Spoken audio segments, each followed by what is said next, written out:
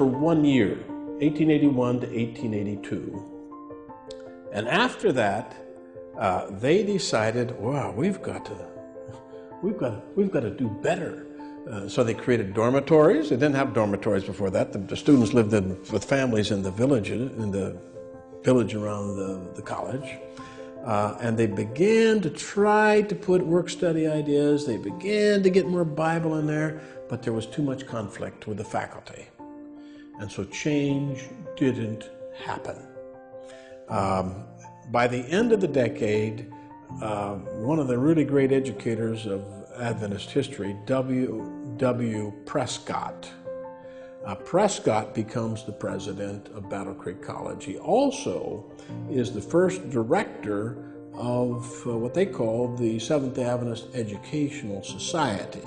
It's now a part of the church, and it's called the Department of Education, a part of the General Conference. A key moment is when W. Prescott is appointed the president, and Prescott is a man who works closely with Ellen White, values her counsel, and is also just a human dynamo, incredibly energetic, himself has an excellent first-rate education by the standards of the day, and so is able, as it were, to speak to two different constituencies, you might say. One, the people who say, well, we want our children to go to an Adventist college so that they have a good moral surrounding, but we want them to have a first-rate education. But he can also speak to those Adventists who say, well, we want Adventist values, and especially the concepts that have been set out by Sister White. We want them to get that.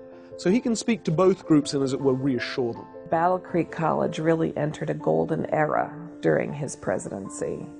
He was very well trained. He had the educational background that was valued, was prestigious, but he also was committed to the idea of an Adventist college.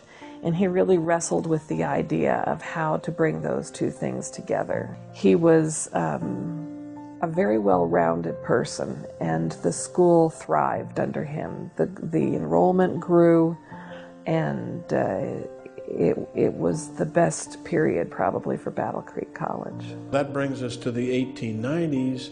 Prescott is getting the Bible more into Battle Creek College. He's trying to do some other things, but he's having a hard time. And then, at that same time, Ellen White is in Australia with the Avondale School. Prescott takes the boat, they go over there, they talk about her counsel, and she says, oh, Brother Prescott, he helped me understand what I'd written. He understood the education, she understood what she'd written, but how to apply it, nobody seemed to understand. And so you have a practical educator sitting down with the prophet about 1896, and she's saying, this man, Prescott, he's like my husband. He asks questions and makes me come out and expand upon my thoughts, and suddenly I'm beginning to see more clearly how we can implement that. And of course, at the same time, Brother Prescott is beginning to understand. And so it's the late 1890s, that Ellen White's educational philosophy is not only understood, but it also becomes the philosophy, more specifically, of the Seventh-day Adventist Church.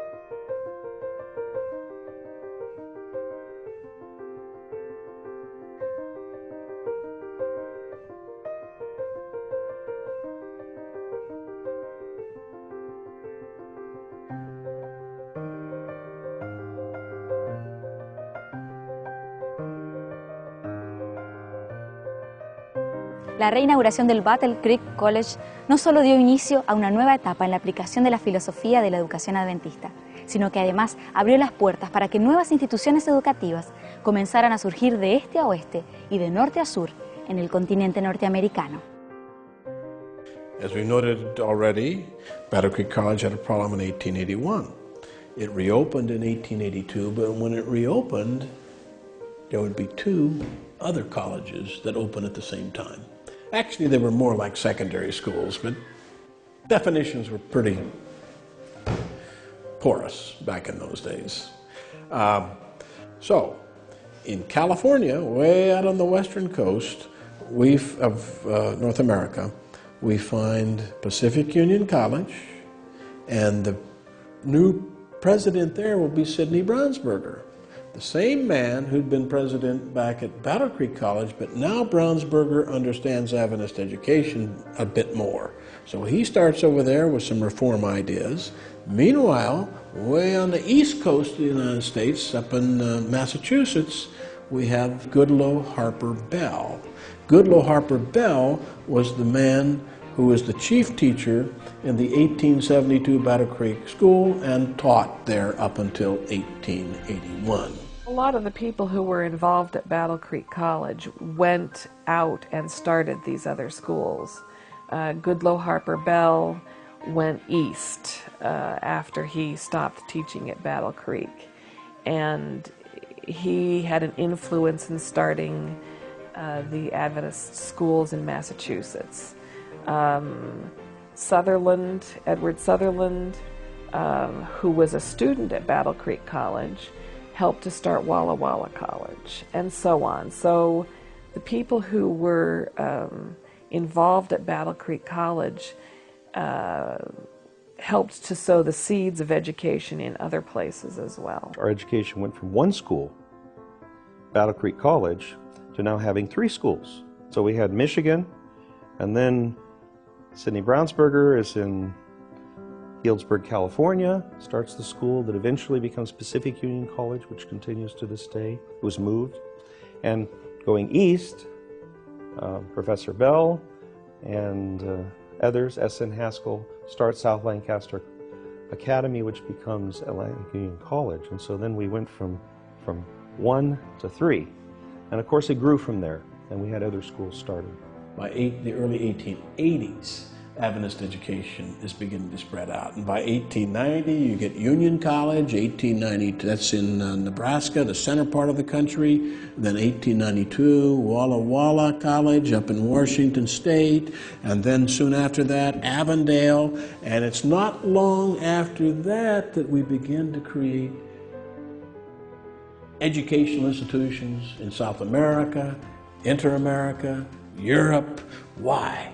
Because now we're becoming a worldwide church, and we need to create educational institutions in these other countries to train ministers and teachers and editors and all these people that the church needs. So by the end of the century, you're finding Adventist education becoming an international educational system. As the church spreads, it takes its institutions with it. It creates hospitals and sanitaria, publishing houses, and it creates schools and colleges. The first college to be created is outside of Battle Creek, is Healdsburg College, which was created in California. But then you get other schools starting to spread. There's the creation of a secondary school in South Lancaster, Massachusetts, which develops and becomes Atlantic Union College. You have the creation of schools of nursing associated with the different sanitaria.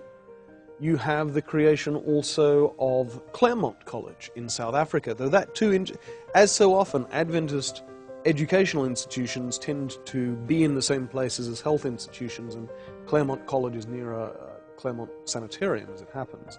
But then you also start to get the creation of a range of industrial training schools, is the sorts of language that's very often used. And you find that in Huntsville, Alabama, the predecessor of what becomes Oakwood University today, in Alberta, the predecessor of what today is Canadian University College, and in other places. And that's significant because this is a different sort of philosophy. A medida que la filosofía de la educación adventista arribó a nuevos destinos, su historia se amplía y diversifica, incluyendo nuevos personajes, ajenas geografías e intensos desafíos superados con convicción y fe en esta filosofía, inspirada por Dios para beneficio de las futuras generaciones. Ellen White plays an absolutely critical, pivotal role in the development of Seventh-day Adventist educational philosophy. Adventists like to talk about the blueprint. And that actually is probably not the right word, because a blueprint is a very specific set of drawings that tells you exactly how our building should be constructed. Ellen White doesn't create that, but what she does have is a very clear philosophy and very clear general guidelines. First, the scriptures need to be studied. The Bible, she says, is the greatest book in human history, and indeed, who can argue with that? And therefore, students should be taught from the Bible. And using the scriptures, she says, you can not only teach theology, you can teach a range of other, you can use it in teaching in a range of other disciplines as well. But certainly, if you come out of an Adventist education, you need to be well drilled in the scriptures. Secondly, however, Ellen White is very concerned with practical skills, with skills that can be used in work and that can be valuable for the rest of your life, rather than just the 3 or 4 years that one is at a college or university. Ella escribió repetidamente de que la educación adventista debería involucrar el trabajo, en la educación por medio del trabajo, y que eso debería ser una característica esencial en la filosofía de la educación adventista. Y por supuesto, junto con eso, el concepto de que educamos toda la persona y no solamente su intelecto, que lo educamos en forma espiritual, también en aspectos físicos, que no solamente incluyen habilidades prácticas, sino también una conciencia de la salud, que era también un tema revolucionario para ese tiempo, y que también los aspectos sociales, por ejemplo, el servicio, el testimonio. Así que era una filosofía que involucraba a toda la persona de manera integral. Basic to it is the concept of redemption. She was interested in education as a way of holistically bringing a person back to what God wanted. And, very often Adventists have a poor idea of our educational system, but in actual fact, what we are aiming to do is to not just fix up the brain, to make the brain better, but to give a person intellectual knowledge and to give a person a heart, a desire for what God wants us to be and to do, and to help us to act properly. And so it's not just fixing up the mind, but making the whole person a better person. And it seems to me that Adventist education aims to do that. To change the heart first, which then changes the mind, which results in the acts. So as Christians, we are living a life that reflects not just an intellectual understanding of God, but an experiential understanding of God. Adventist education should prepare the heart, the head, and the hand. It should be a blend of the intellectual and the social and the physical and the spiritual. I think the goal for Adventist education is probably best summed up in Luke 2:52, which is kind of a report card of Jesus himself. It tells us that Jesus increased in wisdom and stature, in favor with God and man. He grew intellectually. He grew physically. he grew socially, and he also grew spiritually. I think Adventist education will only succeed if it integrates all four of those components. It's like a table with 4 legs. That table is rather unstable with only 3 legs. We need all 4 to really succeed at what God is calling us to do. When you want to educate the whole person, you can't forget the mind, and you can't forget the spirit, the religious side of a person's life, and you can't forget their physical side. And since Adventists kept that as kind of the center of their message, to have people equipped for the second coming so they could work for God, live longer so they could work for God longer, that really moved the church into caring deeply about education. And then we broadened it, of course, as schools became accredited. We joined accrediting bodies and all those things. But basically, I think the movement from training just people to work for the church to recognize that there was a gift in training the whole person to be a better citizen and to be ethical and to let this Christianity flow out of there into mission. Certainly those were all motivations in the early church to build an educational system. Pero cuando la misión es cambiar un paradigma, el reto es más que conocer la teoría. El desafío es saber aplicarla, pasar de la intención a la acción, de la causa al efecto y de la hipótesis a la experiencia. In the late 1890s, Adventist education was beginning to become more practically focused. This includes the establishment of the American Medical Missionary College, a medical school for training doctors now, not just nurses. It was established in Battle Creek and associated with Battle Creek Sanitarium, and thus under the leadership of John Harvey Kellogg, which creates its own problems and tensions. But still, you now actually have a school to train nurses, another school to train doctors, and in 1897 you have the creation of a teacher training program at Battle Creek College. So increasingly Adventist education is becoming more practical in the sense of creating practical courses. But in addition, there's a new, more practical ethos that's spreading across Adventist education in general. And so places like the training schools in Alberta in Canada and Alabama in the South, and the new training school that's set up in Australia at Avondale in 1897 have a different ethos, and it's an ethos that comes from Ellen White. And Ellen White talks about the need to train people in the Bible, but also to give people practical life skills, work-related skills that will stand them in good stead in the rest of their life after they go to college. Cambiar un supuesto, descubrir nuevas formas de realizar aquello que se ha llevado a cabo siempre de la misma manera, requiere mucho más que buenas ideas y una clara filosofía. Demanda compromiso, perseverancia y la utilización de todas las herramientas disponibles para poder ejemplificar con hechos y convencer con resultados. Elena de White lo sabía. She was writing testimonies about school. She was trying to work with the administrators to get them to understand. Some administrators were easier to work with than others. Some personalities resonated better with the plan that God gave her, or what He showed her. But it wasn't until she got to Australia in the 1890s that she really could implement what she understood God was saying we should do in terms of Christian education. When she went to Australia, she had a chance for a fresh start. There were no other Adventist schools there.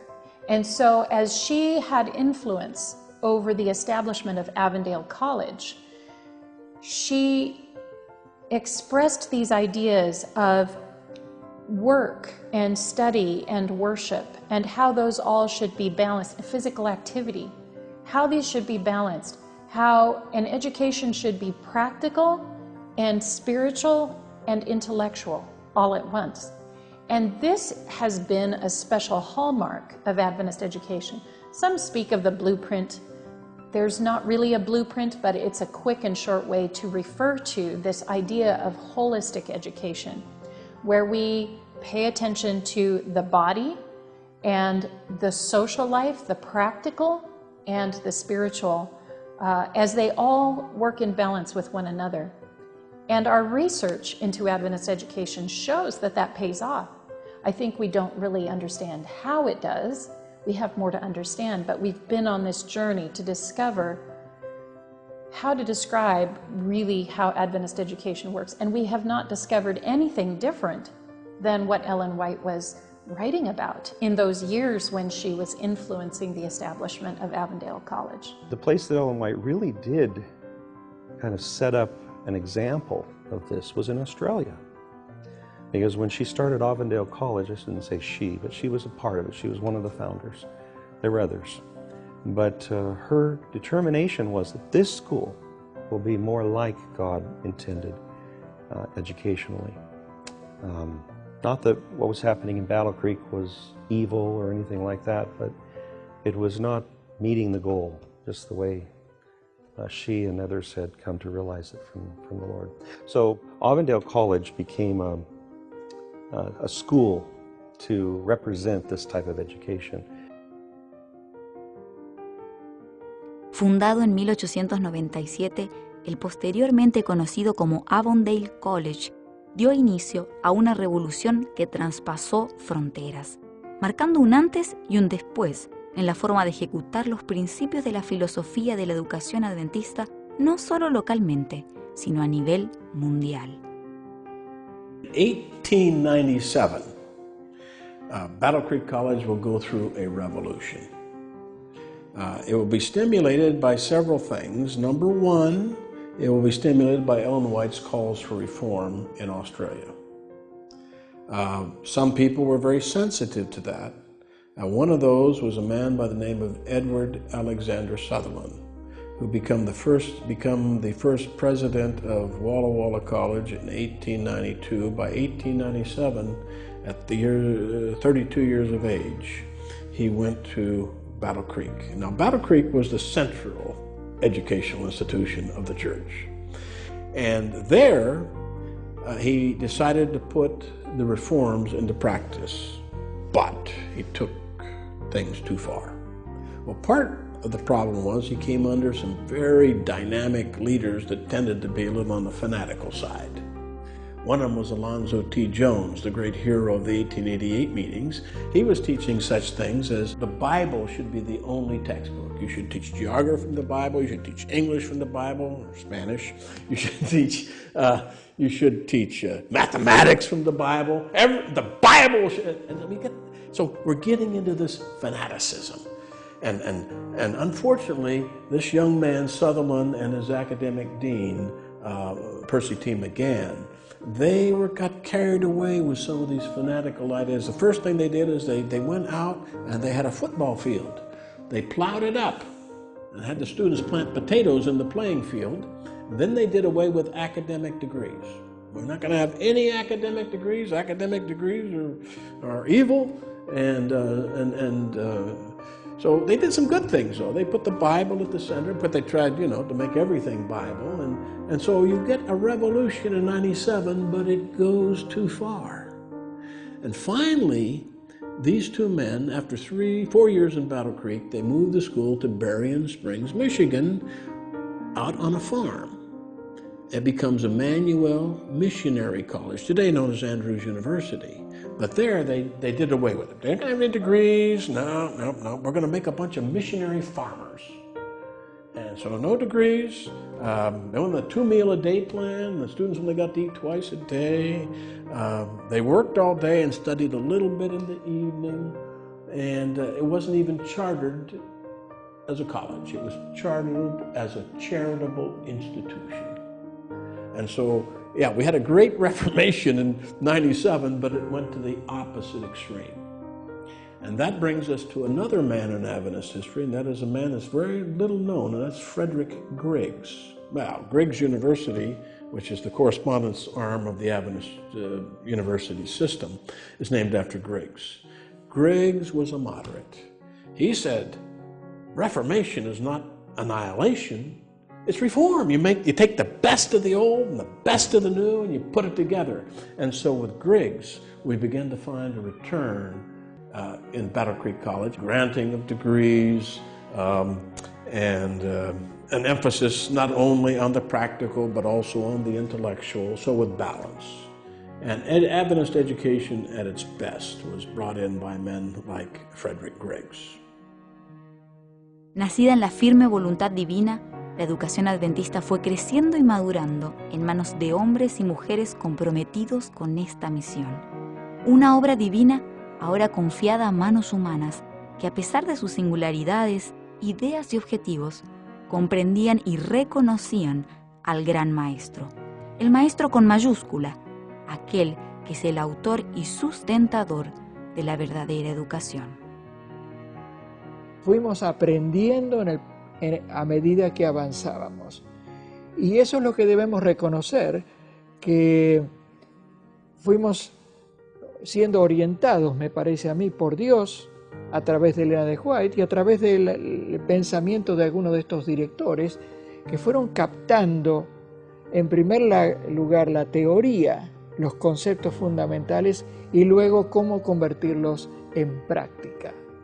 Me parece que eso es lo que uno aprende leyendo la historia de los comienzos de la educación adventista.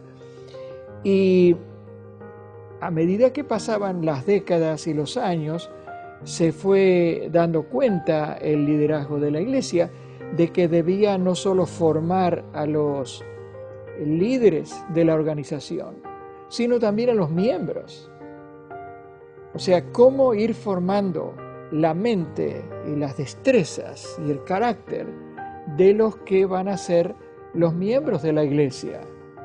Así que fue todo un proceso escalonado que ahora mirándolo hacia atrás nos resulta claro, pero fue un modo de ir captando cada vez con más claridad ese concepto de lo que Dios quería que fuera la educación, no solo para los dirigentes, sino también para todos los miembros, que ahora nos beneficiamos de esos primeros pasos, de esos primeros aprendizajes.